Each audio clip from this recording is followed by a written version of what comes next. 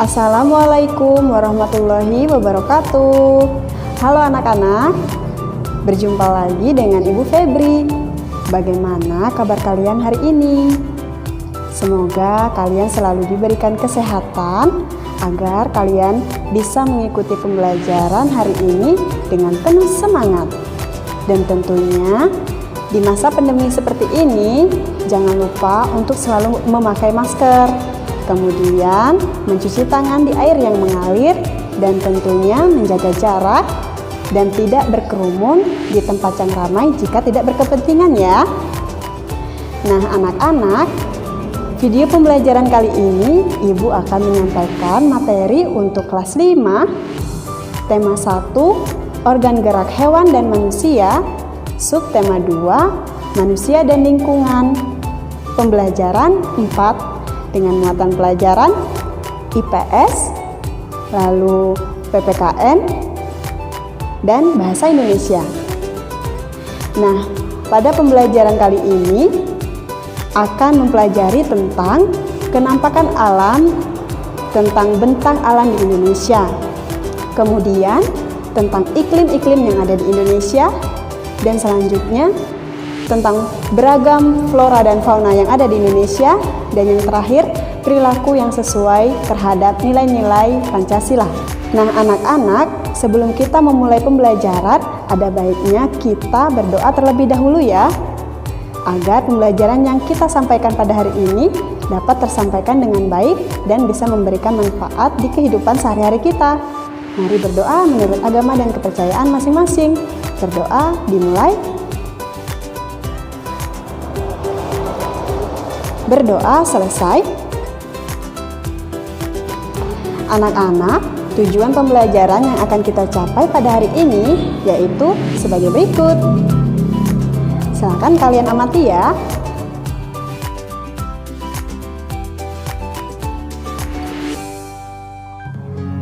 Kenampakan alam pada bentang alam Indonesia merupakan salah satu yang terlengkap di dunia.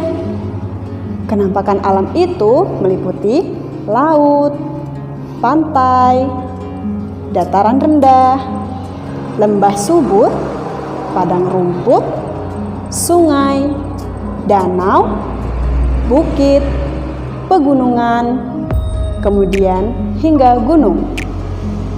Nah, anak-anak, coba kita mengamati beberapa gambar kenampakan yang ada di Indonesia berikut ini. Nah, dari keempat gambar ini, kita akan memberikan tanda centang jika petunjuk gambar tersebut menunjukkan kenampakan alam yang ada di Indonesia. Kemudian, kita akan memberikan tanda silang jika gambar tersebut menunjukkan kenampakan buatan yang ada di Indonesia. Nah, sekarang mari kita tentukan gambar yang pertama. Gambar pertama adalah menunjukkan tentang pegunungan yang ada di Indonesia. Berarti gambar yang pertama merupakan kenampakan alam yang ada di Indonesia. Lalu gambar yang kedua. Pada gambar yang kedua menunjukkan bahwa gambar tersebut merupakan gambar tentang sungai yang ada di Indonesia. Berarti gambar tersebut menunjukkan kenampakan alam yang ada di Indonesia. Lalu gambar yang ketiga. Pada gambar ketiga menunjukkan bahwa gambar tersebut merupakan danau yang ada di Indonesia. Berarti gambar yang ketiga menunjukkan kenampakan alam yang ada di Indonesia. Dan gambar yang keempat itu merupakan gambar tentang, ya benar sekali, gambar waduk. Nah, pada gambar waduk ini menunjukkan bahwa gambar tersebut merupakan kenampakan buatan yang ada di Indonesia. Nah, anak-anak, dari pengamatan keempat gambar tersebut, kita menemukan sebuah kenampakan alam dan kenampakan buatan di Indonesia. Sekarang, apa sih perbedaan kenampakan alam dan kenampakan buatan di Indonesia? Nah, untuk kenampakan alam itu adalah sebuah bentang alam yang terjadi dengan sendirinya. Contohnya seperti laut, pantai, danau, sungai, dan gunung.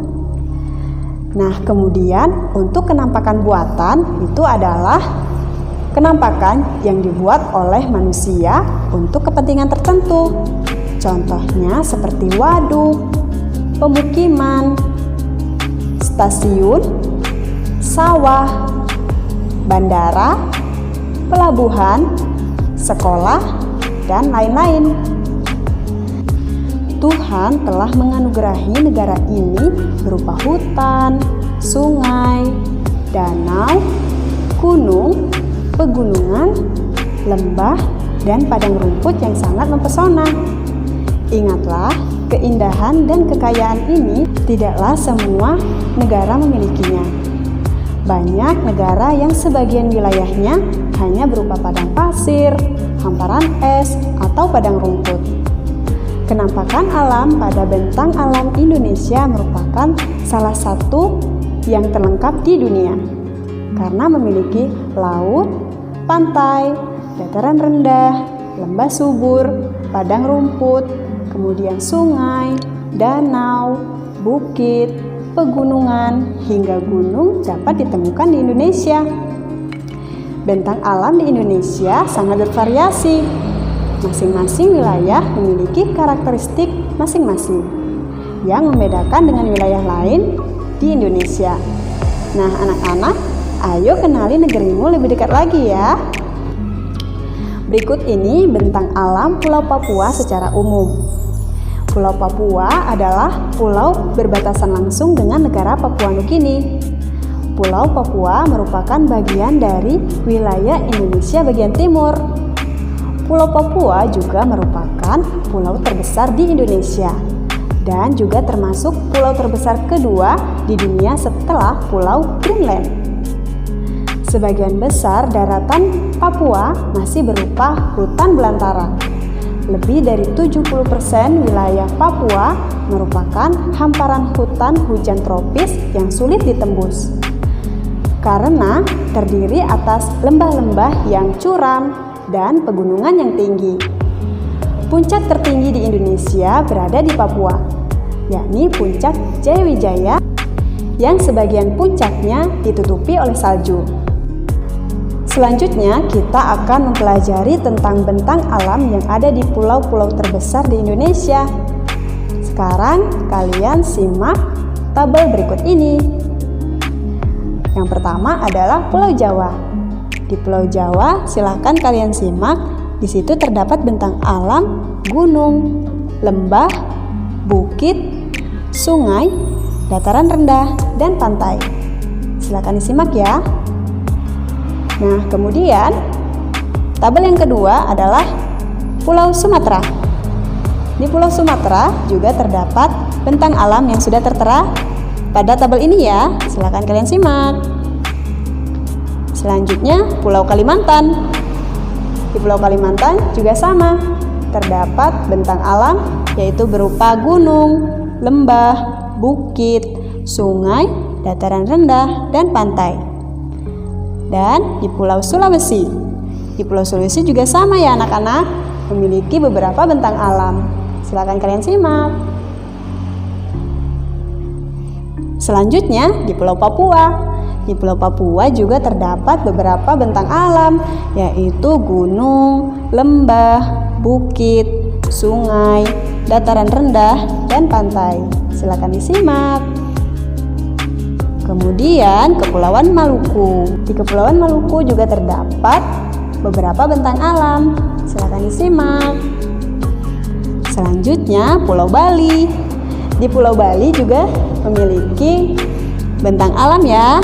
Silakan disimak. Dan yang terakhir adalah Kepulauan Nusa Tenggara. Di Kepulauan Nusa Tenggara juga terdapat bentang alam, yaitu gunung, lembah, bukit, sungai, dataran rendah, dan pantai. Anak-anak, ternyata bentang alam di pulau-pulau besar di Indonesia sangat bervariasi ya. Hal itu terjadi karena bentang alam wilayah Indonesia yang bervariasi tidak terlepas dari keadaan iklim di Indonesia. Iklim adalah keadaan rata-rata cuaca pada suatu wilayah dalam jangka waktu yang relatif lama. Adapun cuaca adalah keadaan suhu udara, tekanan udara, curah hujan, angin, dan sinar matahari pada waktu pendek dan tempat tertentu. Letak astronomis Indonesia yang berada di wilayah tropis membuat wilayah Indonesia beriklim tropis.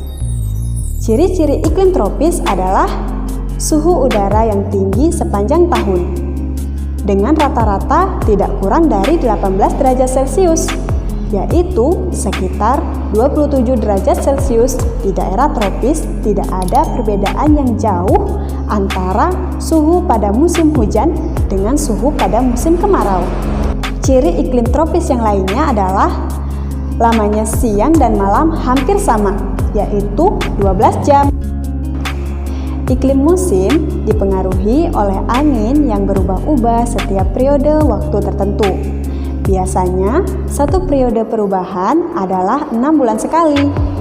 Nah, adapun keadaan iklim di Indonesia secara umum dibagi menjadi dua, yaitu yang pertama, iklim laut. Iklim laut terjadi karena Indonesia memiliki wilayah laut yang luas. Iklim Indonesia sangat dipengaruhi oleh laut dan lautan. Laut dan lautan Indonesia mengakibatkan tingginya penguapan. Wilayah yang memiliki tingkat penguapan yang tinggi juga akan memiliki curah hujan yang tinggi pula. Dan yang kedua adalah iklim panas. Iklim panas terjadi karena Indonesia berada di daerah tropis. Suhu yang tinggi mengakibatkan penguapan yang tinggi dan berpotensi untuk terjadinya hujan.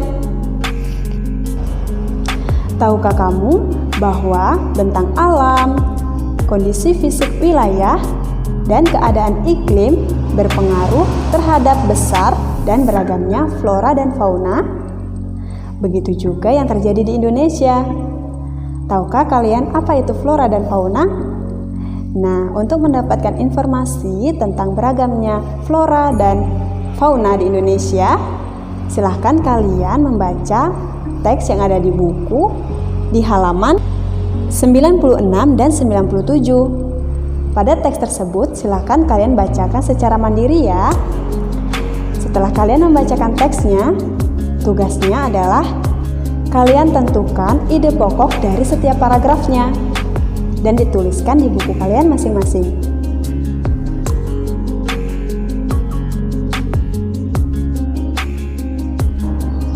Nah, anak-anak, setelah kalian membaca teks yang berjudul Beragamnya Flora dan Fauna di Indonesia, kalian pasti sudah tahu kan bahwa flora itu adalah tumbuhan, sedangkan fauna adalah hewan.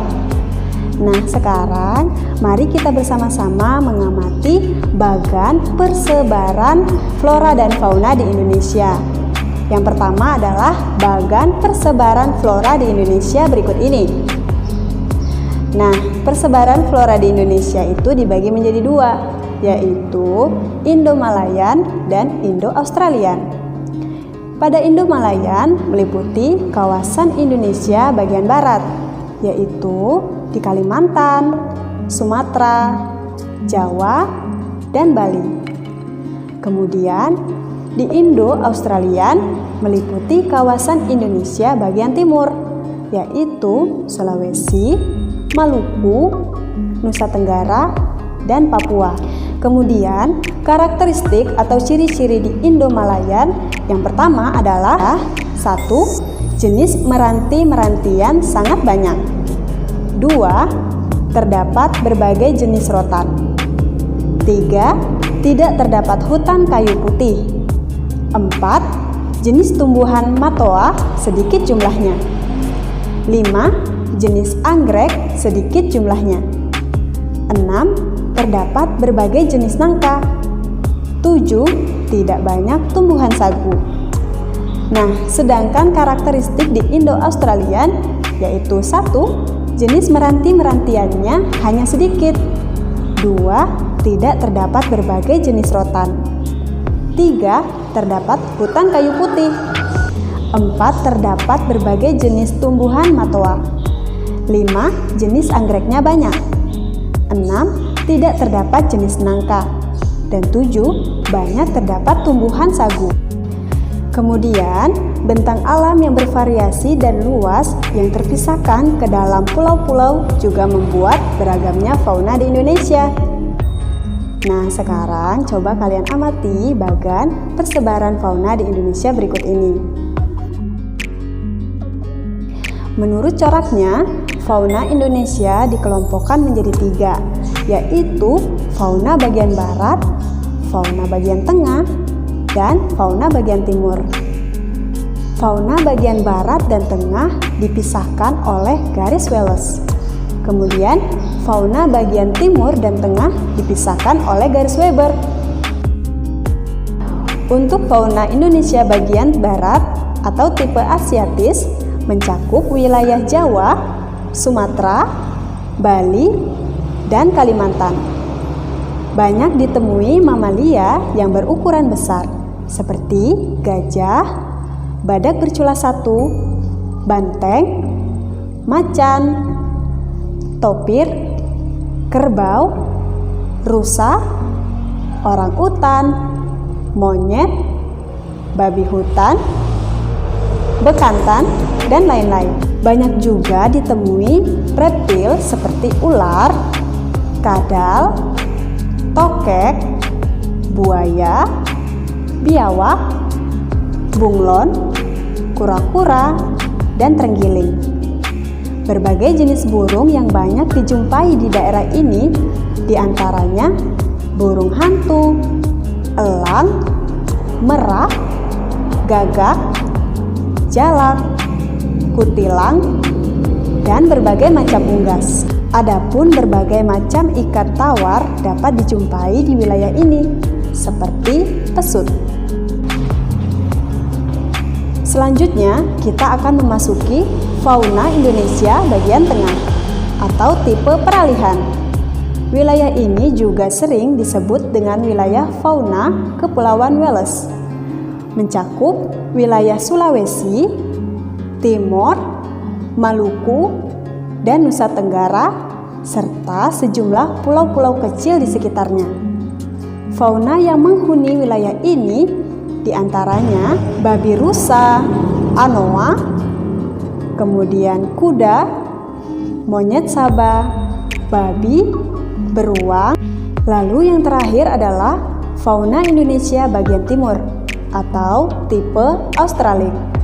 Mencakup wilayah Halmahera, Papua, dan Kepulauan Aru. Mamalia yang banyak ditemui di wilayah ini antara lain beruang, kanguru, walabi, landak irian, kuskus, kanguru pohon, pemanjat berkantung, dan kelelawar.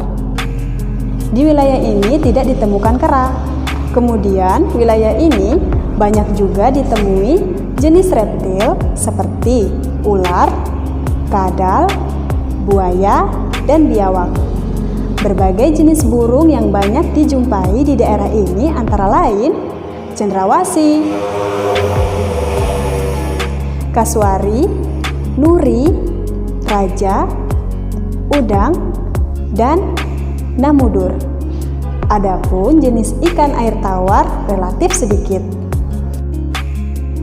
Nah, anak-anak, kita sudah mempelajari tentang iklim, kenampakan alam, serta kekayaan flora dan fauna yang dimiliki bangsa Indonesia. Maka kita harus memanfaatkannya dengan bertanggung jawab.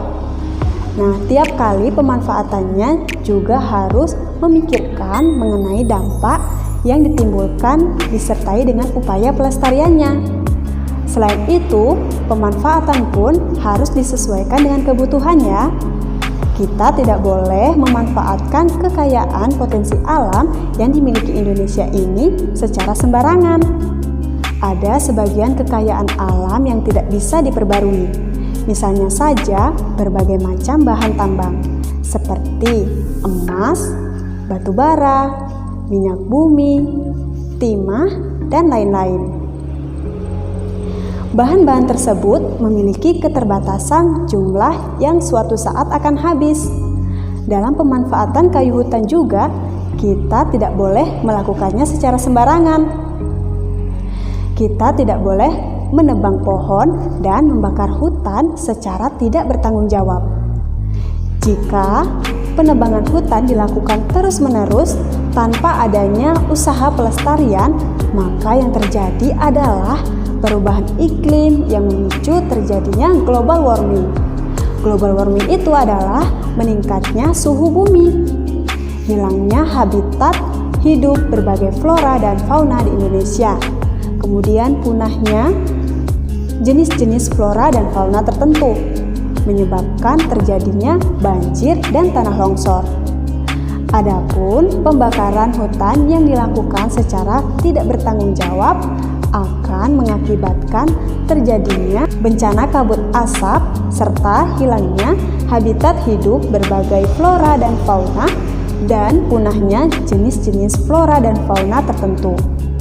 Oleh karena itu, kita harus mengembangkan sikap dan perilaku yang baik yang sesuai dengan nilai-nilai luhur yang terkandung dalam sila-sila Pancasila. Nilai-nilai tersebut dapat kita terapkan dan kita kembangkan dalam kehidupan sehari-hari, baik dalam memanfaatkan potensi kekayaan alam Indonesia maupun pada saat melakukan interaksi dan sosialisasi dengan sesama. Nah, tugas kalian yang selanjutnya adalah silahkan kalian amati tugas ini bisa kalian lihat pada buku halaman 101, yaitu perintahnya, pasangkanlah dengan garis antara pernyataan yang mencerminkan pengamalan nilai-nilai Pancasila dengan sila-sila Pancasila yang sesuai. Silahkan kalian kerjakan dengan tepat ya anak-anak. Kalian tulis di buku tulis kalian. Demikianlah materi pembelajaran kita pada hari ini. Semoga apa yang kita pelajari hari ini dapat memberikan manfaat di kehidupan sehari-hari kita. Dan tetap jaga kesehatan kalian ya anak-anak, agar kita bisa belajar lagi di pembelajaran selanjutnya. Jika dalam penyampaian materi Ibu menyampaikan kata-kata yang salah, Ibu mohon maaf dan Ibu ucapkan wassalamualaikum warahmatullahi wabarakatuh.